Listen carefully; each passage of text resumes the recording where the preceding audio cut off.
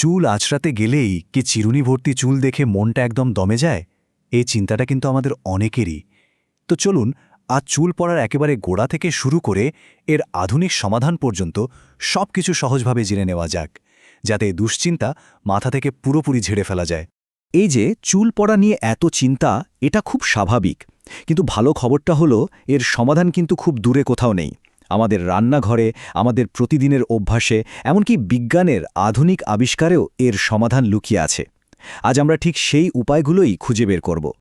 তো আমাদের আজকের আলোচনার পথটা একবার দেখে নিই। আমরা শুরু করব একদম ভেতর থেকে, মানে চুলের পুষ্টি দিয়ে। তারপর দেখব বাইরের যত্ন আত্মে, আমাদের নিজেদের অজান্তে করা কিছু ভুল। আর সবশেষে, যখন সাধারণ চেষ্টাতেও কাজ হয় না, তখন আধুনিক চিকিৎসার কি উপায় আছে সেদিকেও নজর দেব। আচ্ছা, চুলকে যদি একটা গাছের সাথে তুলনা করি, তাহলে আমাদের শরীরটা হলো সেই গাছের মাটি, আর খাবারের মাধ্যমে আমরা সেই মাটিতে সার দিই। এখন মাটি যদি পুষ্টি না পায় তাহলে তো গাছ দুর্বল হবেই, তাই না? ঠিক তেমনি স্বাস্থ্যকর চুলের প্রথম ধাপটা শুরু হয় আমাদের খাবার প্লেট থেকেই। আমাদের তালিকার একদম প্রথমেই আছে বাদাম।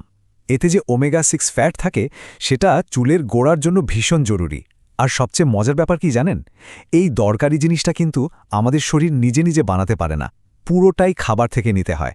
তার মানে প্রতিদিন মাত্র কয়েকটা বাদাম আপনার চুলের জন্য কতটা দরকারি একবার ভাবুন তো। এবার আসি ভিটামিন এ এর কথায়। চুলের গোড়া, যেখান থেকে চুলটা জন্মায়, সেটাকে সুস্থ রাখতে এর কোনো তুলনাই হয় না। আর দারুণ ব্যাপার হলো, এই যে চারটা দেখছেন, মাত্র আধা কাপ গাজর থেকেই কিন্তু আমাদের প্রতিদিনের চাহিদার অর্ধেকেরও বেশি ভিটামিন এ চলে আসছে। মানে সমাধানটা কিন্তু খুবই সহজ। আমাদের চুল আসলে কি দিয়ে তৈরি বলুন তো? এর প্রায় পুরোটাই হলো এক ধরনের প্রোটিন। মানে প্রোটিন হলো চুলের ইট। এখন শরীরে যদি ইটেরই অভাব হয় তাহলে দেয়াল তো ভাঙবেই। তৈলাক্ত মাছ আর ডিম হলো এই প্রোটিনের অসাধারণ উৎস। বিশেষ করে ডিমে থাকা বায়োটিন আর সেলেনিয়াম চুলকে ভেতর থেকে মজবুত করে।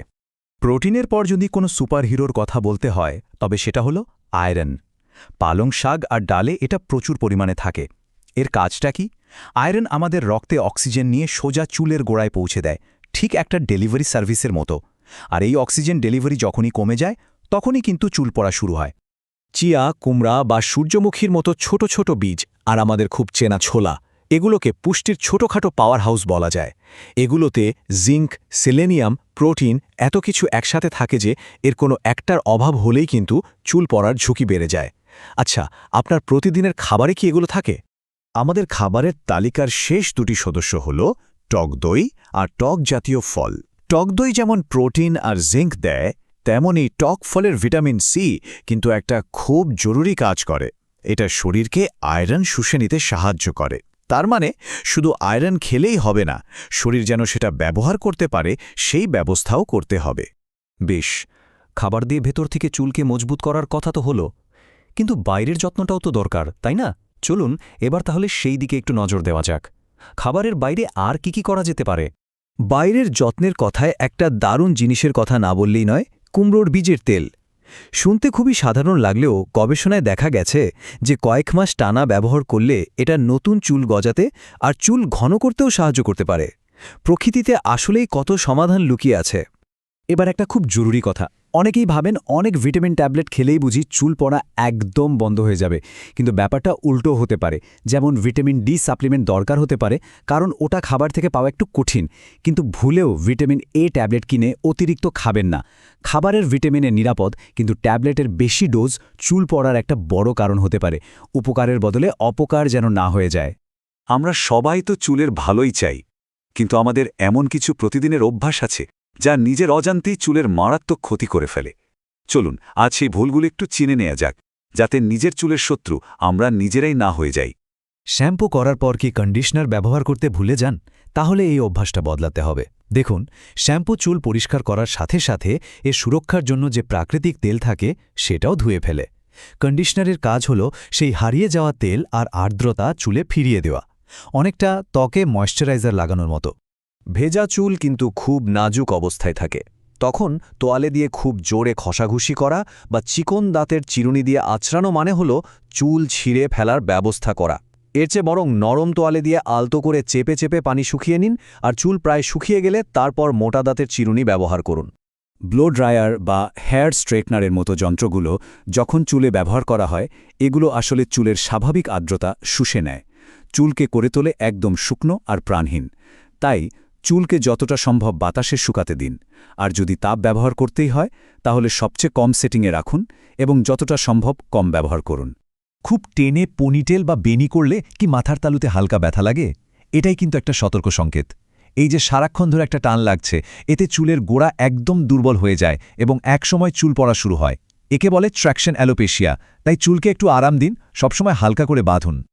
আচ্ছা, ধরুন সঠিক খাবার, সঠিক যত্ন সবকিছু মেনে চলার পরেও চুল পড়া কমছে না, তাহলে কি হতাশ হবেন?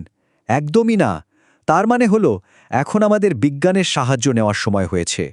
চলুন দেখি আধুনিক চিকিৎসা এক্ষেত্রে আমাদের কিভাবে সাহায্য করতে পারে। চুল পড়ার খুব সাধারণ একটা কারণ হল অ্যান্ড্রোজেনেটিক অ্যালোপেশিয়া। এটা মূলত বংশগত বা জেনেটিক কারণে হয়। পুরুষদের ক্ষেত্রে এটা টাক পড়ার মাধ্যমে প্রকাশ পায়, আর নারীদের চুল পাতলা হয়ে গিয়ে সিথি চওড়া হয়ে যায়।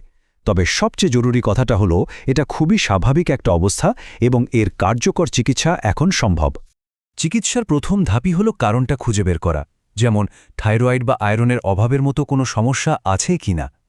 এরপর চিকিৎসার জন্য বিভিন্ন পথ খোলা আছে।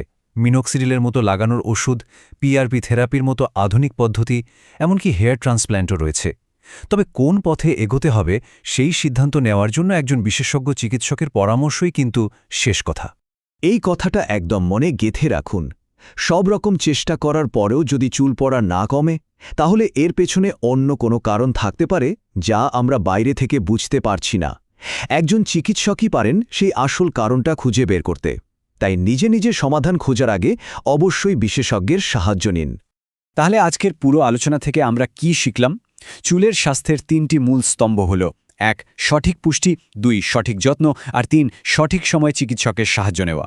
এই 3টে জিনিস যদি ঠিকমতো মানা যায় তাহলে চুল হয়ে উঠবে স্বাস্থ্যোজ্জ্বল আর সুন্দর। এখন প্রশ্নটা আপনার কাছে। এই যে 3টি স্তম্ভের কথা বললাম, এর মধ্যে কোনটিতে আপনার মনে হচ্ছে সবচেয়ে বেশি মনোযোগ দেওয়া দরকার? আপনার চুলের স্বাস্থ্যের চাবিকাঠি কিন্তু আপনারই হাতে। সঠিক জায়গাটিতে মনোযোগ দিন আর পরিবর্তনটা নিজেই দেখুন। আপনার সুন্দর চুলের যাত্রা সফল হোক।